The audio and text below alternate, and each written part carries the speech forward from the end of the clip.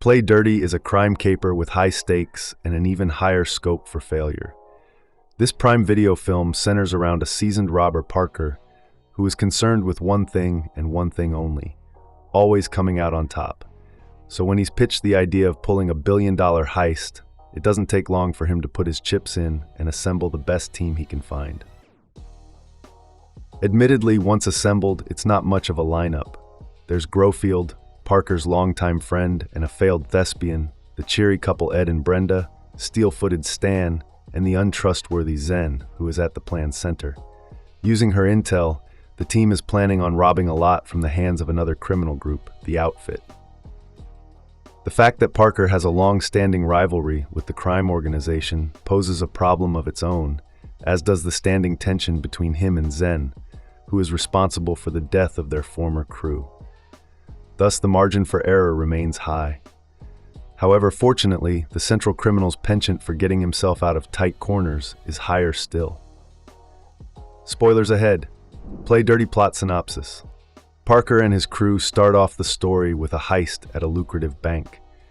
There are more than enough bumps along the road, including an opportunistic bystander who tries to make off with part of the bag, resulting in a glorious chase across racehorse tracks.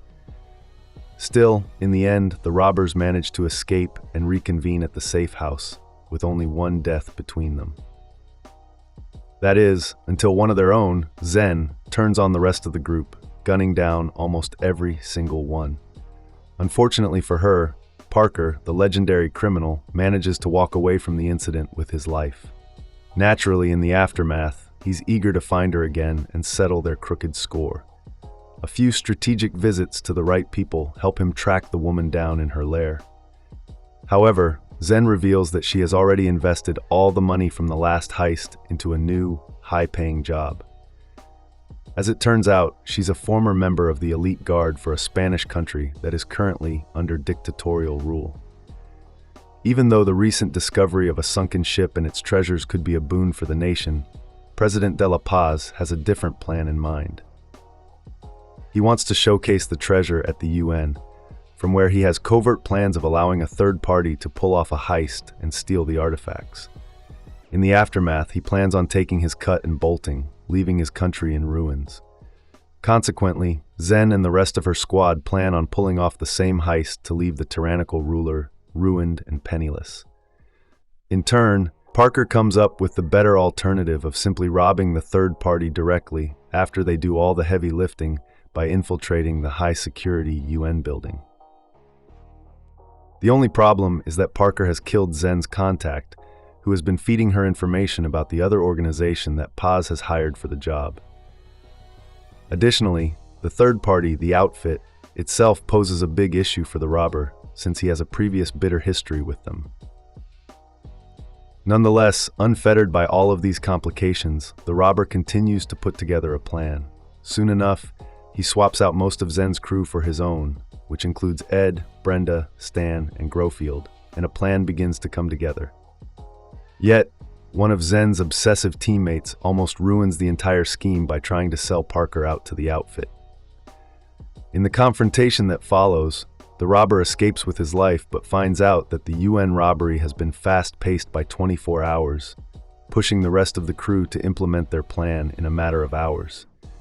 Naturally, their ill-prepared and drunken demeanors make this rather difficult. Even so, after multiple things go wrong, they manage to get their hands on the vault, only to realize Lozini had lied, intentionally setting up a false bait for them. Still, Parker refuses to give up without a round two. Play Dirty ending. Does Parker kill Zen? Does she die? Parker's reasons behind initially tracking Zen down remain largely financially motivated. Yet, he also has another explicit mission. He wants to exact revenge on her for betraying and murdering their former heisting crew, including one of his close friends, Philly. Nonetheless, robbing the Lady of Arintero ship treasure ends up taking precedence above all else. For the same reason, he teams up with the backstabber, despite their rivalry. However, in the aftermath of the robbery, there's nothing stopping him from making sure that Zen pays her dues. Shortly after Philly's death, Parker promised his widow Grace that he would make her husband's killer pay for their crime. This promise now looms over his head. On one hand, he has always been one to settle scores. Even so, it's undeniable that over the course of the past few days, the two robbers had formed something of a charged rapport. Although the unspoken attraction between Parker and Zen goes unmentioned, it's very much felt by both characters. Therefore, in the end, when Parker shows up at Zen's hotel room, she attempts to entice this same part of him. She offers him the possibility of a quiet and quaint life, spent in her scenic country as she and her comrades slowly but surely reform its political landscape. Nonetheless, it seems Parker ignores her proposal of running away and adopting dogs together. Instead, he pulls out his gun. Yet, while we do hear gunshot noises and what seems to be the sound of a dead body hitting the floor, Zen's dead body is never revealed. Ultimately, the film intentionally leaves the result of the execution ambiguous, painting Parker and his relationship with Zen in open-ended and vague colors. As such, while it is possible that the pro-thief followed through on his promise of vengeance and delivered his friend's killer to justice, there's also a high chance that Parker spares Zen's life, falsely making it seem as if he has killed her. How did Parker steal the lady? Why does he blow up the figurehead? Of the various heists that unfold over the course of the story, the last one unsurprisingly remains the most intriguing. Once Parker and the others manage to derail their target MTA train, only to realize all of it had been for naught, everyone is ready to give up on the whole endeavor. Fortunately, the seasoned robber has a plan even at the darkest of times. Since the stolen artifacts weren't at their expected locations, he reasons that the ideal way to find them would be through back-engineering the outfit's plan. This brings him and Grofield to Kincaid, Lozini's second-in-command, whom Parker totaled in a previous confrontation. Through him and the company he keeps, they learn that the identity of the stolen artifacts buyer is billionaire Phineas Paul. From there, one simple kidnapping helps the team learn all about the location of the biggest treasure in the stolen haul, the Lady figurehead, retrieved from the sunken ship. However, the figurehead is behind incredibly tight security. The outfit has put the artifact in one of Paul's high-tech, impenetrable vault cages, set to open only at 8 a.m. on the dot to allow for a transaction. Even Parker knows this mechanism would be impossible to break. Therefore, he comes up with a different idea of bait and switch. Late at night, he and his crew orchestrate a grand heist at the Greenbrooks private vault, using a fake lady figurehead as their loot.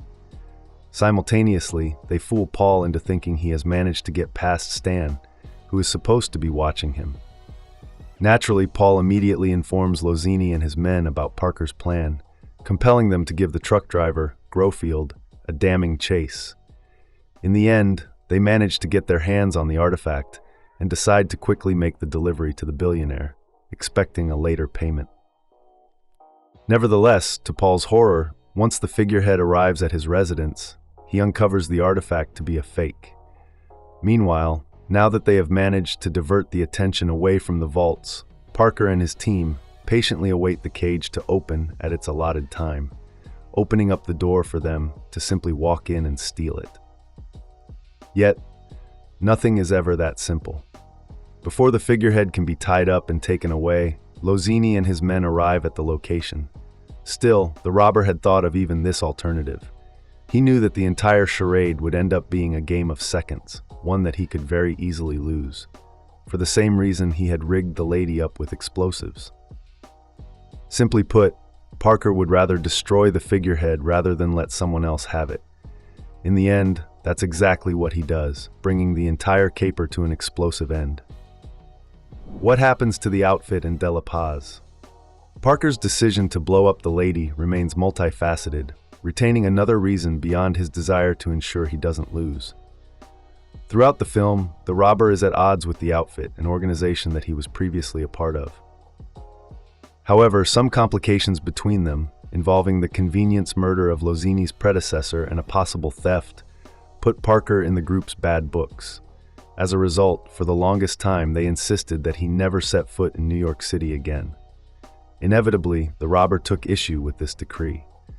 Regardless of their shared past, he refused to allow anyone else to dictate his decisions. Thus, when he incurs Lozini's wrath for his insolence, he decides to bring his entire organization down. Parker already knows that the outfit is struggling financially.